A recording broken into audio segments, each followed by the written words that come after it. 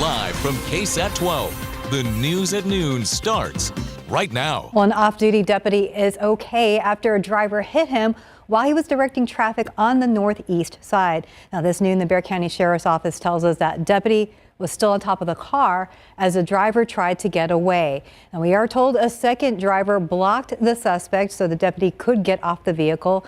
And that's when the Sheriff's Office says the suspect drove away. Now, this all happened just before 8 this morning on Harry Wurzbach Road, not far from Fort Sam Houston National Cemetery. Bexar County Sheriff's Office reporting that the deputy involved was treated at the scene for a cut to the head. A sergeant at a separate scene near Tioga Drive and Putnam Drive told KSAT that the vehicle was believed to have been found at a nearby apartment complex. However, the driver was not there. At last check, deputies were still looking for that suspect.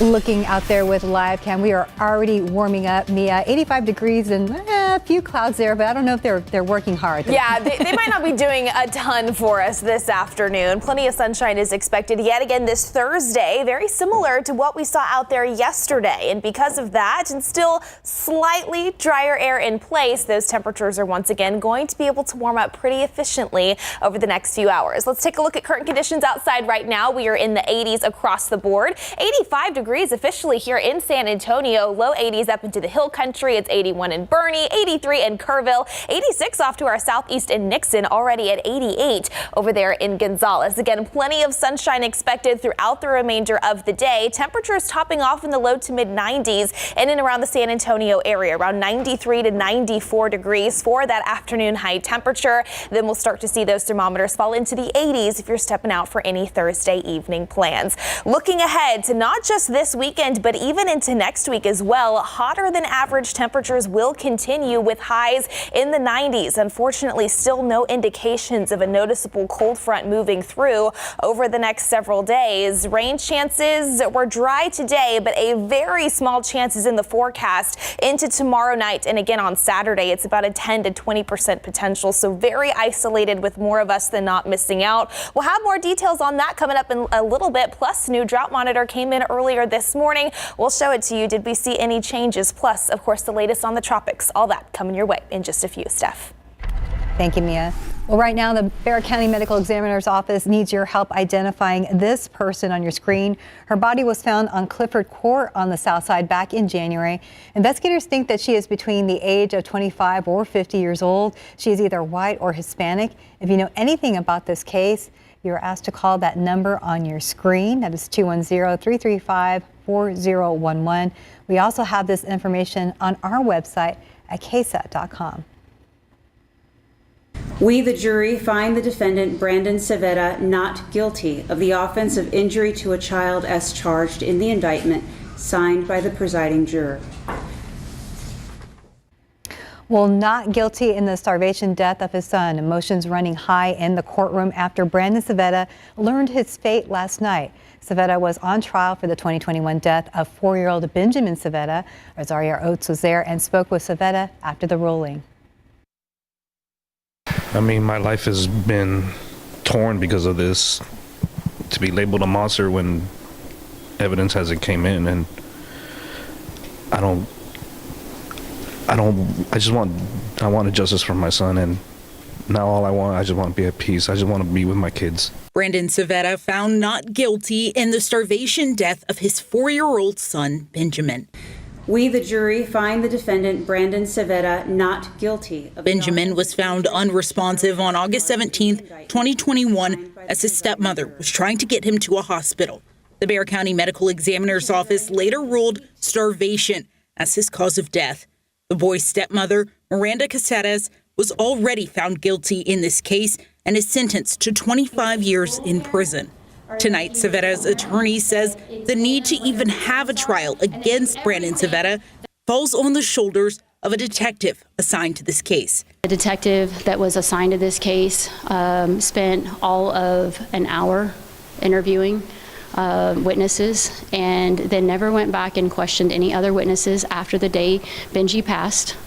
He did not look at video recordings of Benji talking in his own words and explaining how he was self-harming himself. Now my client finally gets to mourn his son because he has not had the opportunity to fully mourn his son, because instead of the focus being on Benji, it was on prosecuting. In tears, Brandon Seveta says he just wants to go home.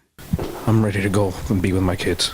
While the jurors' verdict was unanimous, they all chose to go home and not speak on the case at this time. Zaria Oates, KSAT 12 News. Well, now to some incredible footage making headlines across the country. North Carolina is still reeling from the flooding from Helene's destruction, and an officer saved a child's life. All of this caught on camera. Sarah Costa joins us live to show us those videos and more. Sarah? Helene made landfall in Florida a week ago. Its remnants stalled out over the Appalachian Mountains, causing severe flooding in North Carolina. Just take a look at this incredible video of a building being swept away. Chris Faber captured this video from his third-story apartment in Asheville, North Carolina. He says he saw trees, shipping containers, and a complete building wash by, including what appears to be the exterior wall of a building seen there. The debris was confirmed to be a local tea business, which lost everything to Helene. The owner tells CNN she thought moving everything at least 3 feet off the ground would be enough to avoid the floodwaters. She had no idea her entire building would be swept away.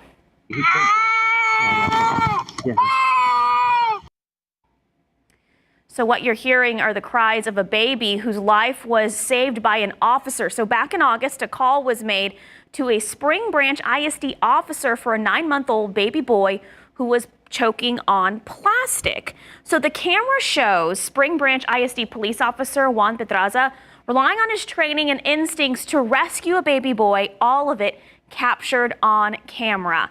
And what you're seeing is Pedraza relentlessly working for minutes as he attempts to dislodge a piece of plastic in the boy's throat. The officer jumping into action without hesitation as the baby cried, and reality began to set in for all. You don't get a chance to call timeout. You don't get a chance to, get on your phone and go, what do I do? The baby's choking. You better know beforehand, and you better take action right away because every single second counts. The baby boy is doing great, and Officer Pedraza was honored for his heroic actions last week by the district. A wonderful story there. Okay, we can't get enough of the mom pictures that our viewers are sending us in via KSAT Connect, and they are putting so much effort into these larger-than-life homecoming moms, so we got to show them off on air. All right, so let's take a look. All right, this is McCollum High School homecoming drum major. Look at that mom. I'm thinking it weighs, I don't know, 5-10 pounds. Definitely not cheap to make. Looks awesome. Let's see. Heavy. Looks heavy. What else do we have here? Okay, This one is huge, another heavy one. This is a full-on ram by senior Marshall student showing off her massive mom. That's got to be super heavy, super expensive, and time-consuming to make. Let's see what else we got here. I love this one. I picked it because I love butterflies. That's so pretty. So this is someone from McCollum High School. Beautiful, great job, ladies, on these mums. You know, parents, grandparents are also helping in. This one is huge. So this is a new trend. This is a new trend I'm seeing. It's the 2-story mum, and I thought it was balloons. No, it's like 20 actual big of those plastic flower mums to make that giant circle staff. Wow. And they're 2 stories. I think, what's Sarah Spivey's alum? She's Cougar? Clark. So last week we had another 2-story one done by their PT group, and it was Clark. Now we have Churchill. So that's apparently a trend. These huge My goodness. mums, those gotta cost like hundreds. It's a lot of time and effort and work. I mean, it's beautiful. So I have a question though. I mean, I can't see close up. Is this like that student's mom, or is this an organization's mom? What my understanding is that these are like organizations making these mums. Like one was a PTA group doing it.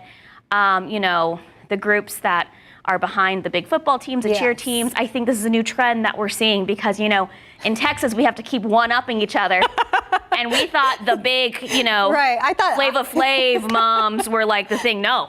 I thought my mom was, it was only like this. I thought I had like 3. I thought that was, That's cute stuff. I know, that's a baby mom. I'll never forget, someone made me a mom. He was trying really hard to impress me, and it was like this big. And this was in the early 2000s, which is a big deal. It lit up. It played like the song. Oh my goodness. The fight song. Right. I couldn't wear it all day because it was so heavy. Yeah. I'm like, well, you don't want to be distracting during class and stuff. I'm sure the teachers hate the moms during homecoming. I know, that's fancy. That was a lot of time and effort into. You said it had lights too? Yeah. Wow. I didn't date him, so. No. But I saved the mom for a long time. But I appreciated all the work he put into it. I went to homecoming with him. I went to the dance. There you go. Okay, well, good memories. Good memories. Yeah. Thanks for the memories. Thank you, Sarah. Well, it's almost time for the Silver and Black to kick off the regular season, but they're already hard at work. Our sports team caught up with some of the players about how they're feeling with some veteran players joining the team. Well, an alarming trend for parents of teens when it comes to vaping. So take a look at this. KSAT collected data from local school districts on the numbers of students caught with illegal products on campus since the fall of 2023. So let's see what we found here. Northside ISD provided these numbers. 1,828 students have been found with the possession of CBD nicotine or THC. Northeast ISD, you could see there, says that 702 students were found with THC and 650 students had e-cigs. Now, San Antonio ISD, a smaller district, reporting that 699 students were caught with vapes. And our Patty Santos with a look at the warning signs that parents should be looking out for if they are worried about their teens vaping. Is this a drug? It is a drug. We learned from smoking how harmful that was. And unfortunately, with the nicotine products, all we have is a different form of smoking. Nikki Villanueva's goal is to help parents know what to look for. Kids are being drawn to things that taste like Red Bull or strawberry and banana or coconut or watermelon. Let's start with the smells. If your kid smells like they just walked out of a Bath & Body Works store. Candy smells, perfume smells. You think that you might have your kid smelling like Bath & Body Works, but actually it was a vape. Or maybe they smell like Jolly Ranchers or the Sonic drinks. Again, these are going to be our vaping smells. Vapes are hard to spot. There are vapes that are video games. There are vapes that look like pens, that look like highlighters. If you have any chargers at home that are spliced, that is a good indicator that these have been spliced in order to charge the different units. At a cost of about $20 to $25, it's a cheap but dangerous addiction. With adolescents, we're seeing increased levels of heart attacks, strokes, psychosis. Parents, get familiar with the cannabis labeling. Delta 8 has hybrids. And those hybrids give us a lot of that same euphoric feelings that we see with Delta 9. So we don't necessarily need Delta 9 products to be legal in Texas because they're getting it with those derivatives. Patty Santos, KSAT 12 News. Well, according to the American Lung Association, misinformation is another big reason that teens fall into vaping. It says that 2/3 of teens don't even realize that e-cigarettes contain nicotine. So if you find that your teen might be vaping, it is crucial that you get them support to quit so they just can't stop. Rise Recovery has a number to call for help. It's there on your screen. That's 210-729-2273 or 210-SAY-CARE. So we have more resources online to help you spot some other signs on our website, KSAT.com. And let's look out there with live cam this afternoon. I know it gets hot in the afternoon, but Mia, these evenings and mornings have been, pretty nice for the most part. Yeah, they really have. Not too terribly bad thanks to the slightly drier air that's been in place for about the past week or so. Really low temperature is still looking to sit in the upper 60s, right around that 70-degree mark moving forward. Just a very small chance for rain by tomorrow night and into Saturday. Wish we had better rain chances. Take a look at the aquifer level for today.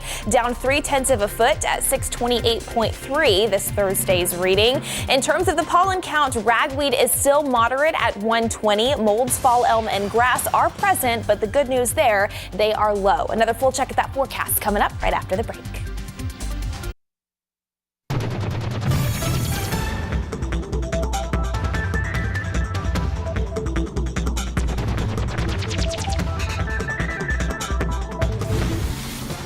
Feels like we haven't gotten rain in a really long time. September started off so wonderful. You know, we had almost an inch and a half there, and then the second half of the month, I mean, it was just so incredibly dry. So fingers crossed that especially as we get into the second half of October, we see a little bit more of a pattern change that will bring us some better rain chances and some cooler temperatures, because for now, warm and dry is still going to be the theme, not just this weekend, but even through much of next week as well. I want to talk about the rainfall department first, specifically when it comes to the new drought monitor update that we got in this morning. This is last week's update, and I want you to pay attention to Bexar County. I'm going to go ahead and fade on this week's drought monitor update. You see that tan color that now has been expanded farther off to the south as well as the east? That is moderate drought now in place for the vast majority of San Antonio and Bexar County, and that also now does encompass places like New Braunfels, near Seguin, and just to the north of Floresville out there in Wilson County as well. Of course, we still do have some severe drought, this orange color across portions of the hill country near Bandera County, just to the west of Medina Lake, and even a little bit of extreme drought in northeastern Uvalde County as well. This yellow color, not technically drought, but it is abnormally dry conditions, and that has been expanded across much of south central Texas. Specifically, though, when it comes to San Antonio, it has now been over 1,000 days since all of Bexar County was last considered drought-free. The last time we saw that was early January back in 2022. And in terms of rain chances moving forward, at least over the next week or so, they're not great. By tomorrow night and into Saturday, you will be lucky if you manage to find an isolated shower. Better chances are going to be closer to the Gulf Coast, where there is just going to be slightly more moisture in place to work with. So let's go ahead and talk about why. High pressure now off to our north as well as our east. There's a little disturbance near the Gulf coastline just off to our south here at home. That could help to fling some additional rain, making moisture into at least parts of the area. Again, better chances south of Highway 90 and south of I-10 by tomorrow night. Just a 10 to 20% potential for an isolated shower in the forecast. Most of us are going to miss out.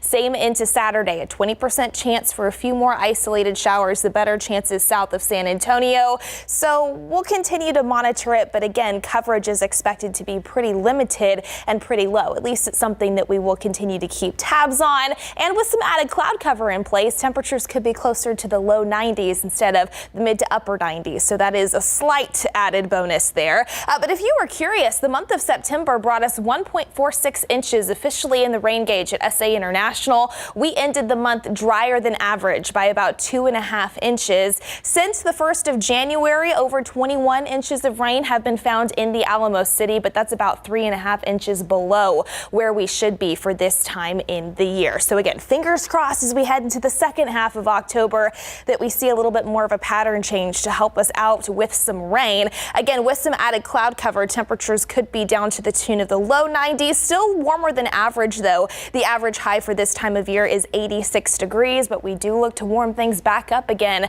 as we continue to dry things out and more sunshine returns into much of next week as well. And that is the case right now. Plenty of sunshine out there. 85 degrees here in San Antonio. We'll be around 92 by 2 o'clock this afternoon. A forecast high around 94. Stepping out for any Thursday evening plans, those thermometers will fall through the low 90s and eventually into the 80s later on tonight under mostly clear skies. Morning temperatures still near that 70-degree mark into the start of next week as well. Again, those highs still in the 90s for the foreseeable future. We're going to talk a little bit more in depth about why we're not expecting any noticeable cold fronts to move through in the foreseeable future. Those details will be coming your way closer to 12:45, Steph. All right, look forward to it. Thank you, Mia.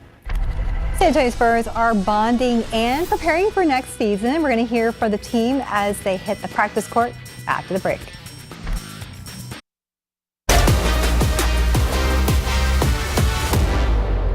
Well, we are 3 weeks away from the Spurs' regular season opener at the Dallas Mavericks. Now, that's when we'll really start to see how the veteran leadership of Harrison Barnes and Chris Paul is going to pay off. Now, both guys are in their 30s. Both have played a lot of NBA games, and they have seen a lot on the court, and they definitely have the respect of the younger Spurs. Yeah, you can feel it. You can feel the change and, the development individually as a team. This whole summer, the way it was organized, you can definitely feel it. And I think it's it's a positive. It's a growth mindset, and I think everyone in this organization wants to grow. So yeah, it feels good to have some vets, that've been through the hardships, the season progress, stuff like that. So just learning as much as I can from them. Communication is a big part. Chris has talked about that. Harrison has talked about just moving without the ball, just stuff like that, and it's helpful. The veteran presence definitely shows this camp with Chris and HB. Obviously, Chris is a point guard, so it's a little different, but the competitiveness and the leadership is there. Well, Wemby there, and the Spurs practice again today. Tomorrow night, we are live streaming the Roosevelt Johnson BGC football game from Heroes Stadium, so you can watch it on the BGC app, KSAT.com, and KSAT Plus. And before the game, catch our live pregame show, KSAT Game Day, from 6:30 p.m. to 7 p.m. right here on KSAT 12. Well, a new study says a third of the country may not have enough of a specific nutrient in their blood. However, there are foods that can help give you a boost. Details after the break. Well, some 45,000 dock workers at 36 U.S. ports are still on strike.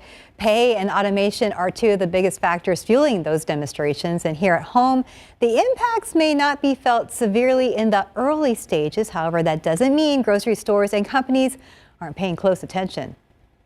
My first thought was, all right, it's going to be a little bit tougher. We'll get through it, but it's going to be a little bit tougher. We just have to utilize different alternative sources. It wasn't the best news for Nando Gonzalez when he heard the longshoremen's port strike was becoming a reality. A strike where 45,000 dock workers have shut down 36 U.S. ports from Maine to Texas. Gonzalez, who was with River City Produce, located on Laredo Street, said that it brought him back to the struggles they dealt with during COVID. A port shuts down and you have so much product that's coming in daily, and you stop the supply chain. Every day that it gets a little bit more imbalanced, it's like a wheel. So it takes longer to get back in. Fortunately for companies like River City Produce, they have a lot of produce here that is made and grown within the United States. For example, this turbine pumpkin right here coming from Arizona. This Indian corn, Arizona. These white pumpkins right here, California. Even these onions that you see over here coming from Oregon. But one of the highest volume fruits that's distributed throughout the world, these bananas coming from Mexico. That's the struggle bus that they're going to suffer from. That's depending on how long the strike could last. Bananas are just a part of the impacted goods. Canned goods to electronics to cars. The numbers that they're predicting is this strike daily is going to affect $3.5 billion to $5 billion a day in commerce. A day, not a week, not a month, a day. The very reason why some manufacturers and retailers are urging President Joe Biden to invoke the Taft-Hartley Act. That authorizes the president to seek a court order for an 80-day cooling off period for companies and unions to try to resolve differences.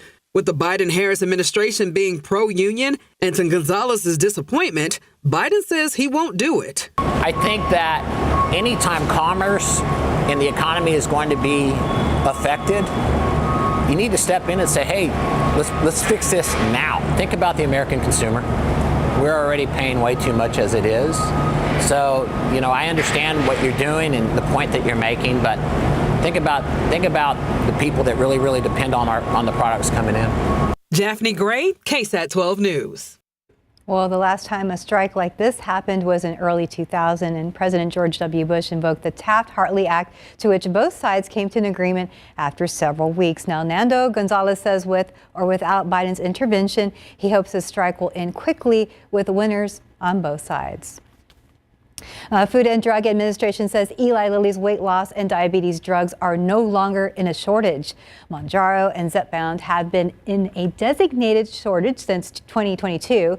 Since then, Eli Lilly has invested heavily in expanding manufacturing for its weight loss and diabetes drugs. Now, while the FDA no longer considers the medications to have supply issues, the agency is warning patients and prescribers that may still experience disruptions. Nearly a third of American adults may have an iron deficiency. That's according to a recent study. The researchers studied data from over 8,000 adults in the country, and they found that roughly 29% of those people had some sort of iron deficiency. Now, iron deficiency has been tied to restless leg syndrome, fatigue, anemia, hair loss, and heart failure. It can be prevented or treated by using iron supplements and eating iron-rich foods like eggs, spinach, and lentils. Well, Tesla has recalled 27,000 Cybertrucks because of a rear view camera issue. So the National Highway Transportation Safety Administration says the image being displayed could be delayed, increasing the risk of a crash. The rear view display may appear blank for up to 8 seconds when the car is in reverse. U.S. federal safety rules allows only a 2-second delay. Tesla has released a software update to fix that issue. Tesla's Cybertruck has had 5 recalls since it was released last year. Looking out there with live cam, not really feeling like October, but at least we have some clouds there. Maybe there'll be more clouds over the weekend. Over the weekend, yes, I do think we will see some more cloud cover, specifically when it comes to your Saturday, with just that 20% chance for an isolated shower in the forecast. But with the added cloud cover, temperatures will likely top off closer to 90 degrees instead of the mid-90s here in San Antonio. Speaking of which, already at 90 degrees out east in Gonzales, as well as New Braunfels, currently sitting at 85 degrees here in San Antonio, 88 over in Pleasanton, still holding on to the low 80s for places like Uvalde, Kerrville, as well as Rock Springs. As we head into this afternoon, here's a look at those high temperatures. Again, mid-90s for many locations, 96 in Carrizo Springs, 95 out west in Del Rio, 95 in Pleasanton, 91 over there in Kerrville. Still plenty of sunshine expected and still somewhat drier air in place, so we won't really have to deal with a big heat index value or anything like that later on this afternoon. If you're stepping out for any Thursday evening plans or Thursday night football, temperatures will sit right around 90 degrees around 7 o'clock and then gradually fall throughout the 80s later on tonight with mostly clear skies in place and winds out of the east-southeast at 5 to 10 miles per hour. Looking ahead into the upcoming weekend, there's that added cloud cover on Saturday, temperatures in the low 90s and just that 20% chance for isolated rain. We'll have another full check of that forecast coming up in just a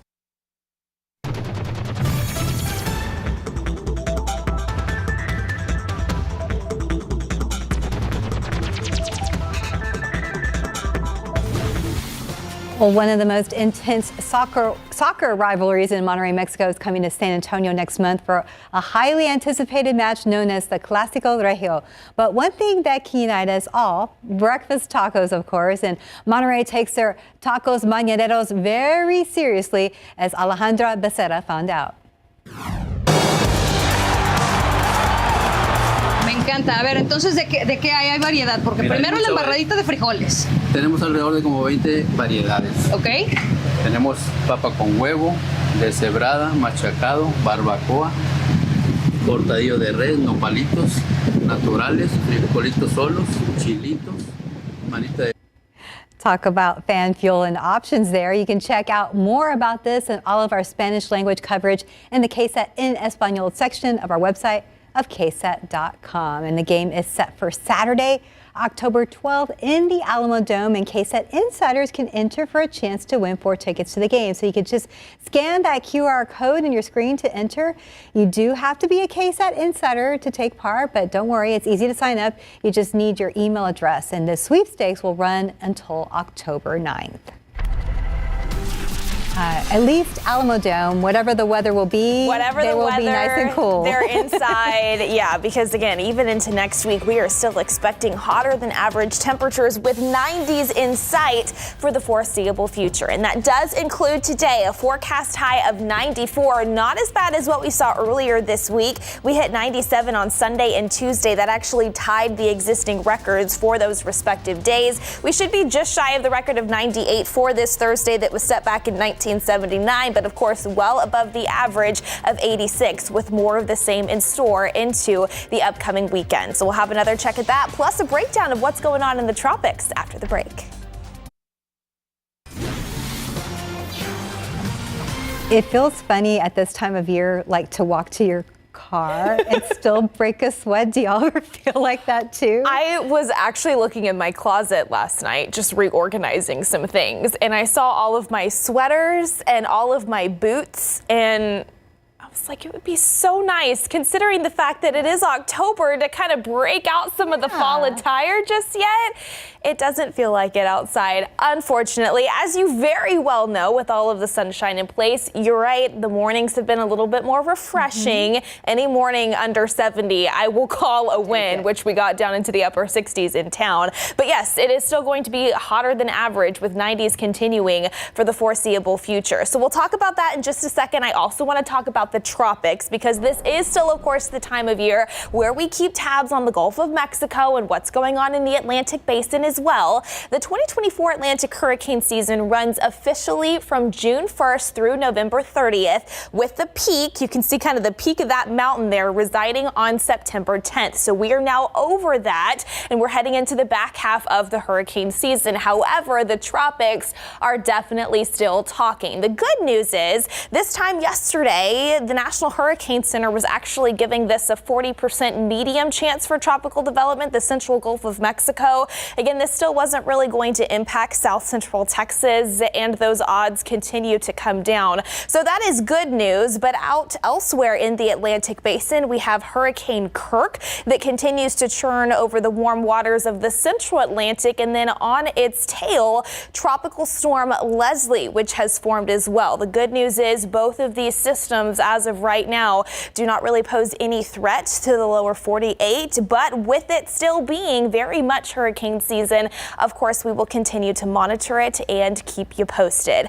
In the meantime, back here at home, high temperatures today in San Antonio and much of the Lone Star State, topping off in the 90s. You can see it is a little bit of a different story across the northern tier. Mid 60s for the Dakotas, stretching over into Minnesota and Montana as well. They should enjoy that, because moving forward, not just this weekend, but into next week as well, temperatures are actually expected to warm up and sit well above average, even across the northern tier and close to the Pacific Northwest. This is one of the reasons why we're just not expecting a lot of cooler air to move into even our neck of the woods here in south central Texas, because we don't even have that cooler air farther up to our north as well as our west. And if you were curious, take a look at some of these statistics here. On average, this is based off of the San Antonio average from 1993 to 2023. The first day where we typically see a high temperature at or below 80 degrees is September 17th. So we are well past that benchmark. The latest that has occurred October 24th back in 2015. And here's another one. The average day where we've seen low at or below 60 degrees, September 25th. So we're also behind that benchmark as well. So hopefully into the second half of October, we will see more noticeable signs of a decent cold front headed our direction, because for now, it is still going to be above average with 90s in the forecast. Closer to 90 degrees, though, maybe trimming off a few degrees by Saturday as we start to introduce a few more clouds back into the forecast as well. But you can see even through mid-October, this is the latest outlook from the Climate Prediction Center. Much of the United States is still expecting those above average temperatures to continue. And that is what we will see today. Right now, we are in the 80s across the board, closing in on 90 degrees, especially over there in New Braunfels. Plenty of sunshine, a few passing clouds certainly possible at times this afternoon. A forecast high around 93 to 94 degrees. 89 by 7 p.m. Then those temperatures gradually falling through the 80s and into the 70s later on tonight. Again, those morning lows continuing to start out right around that 70-degree mark into the start of next week. Not too terribly bad, but not as refreshing as what we saw, especially earlier this past week and last weekend. Those highs still in the 90s all the way into next week as well, with just that isolated chance for rain, especially by Saturday. Well, we hope we get the rain. Thank you, Mia. Well, we are in peak season for butterflies, for residential and migrating butterflies. So if you want to see them, all kinds in your garden, you have to plant for them. So in this Gardening with KSAT, our Sarah Costa shows us what to plant to attract butterflies. I love the fall because I can walk outside and always spot a handful of butterflies in my garden. During peak season, there can be 50 to 100 just outside my door. This was done strategically, and you can do it too.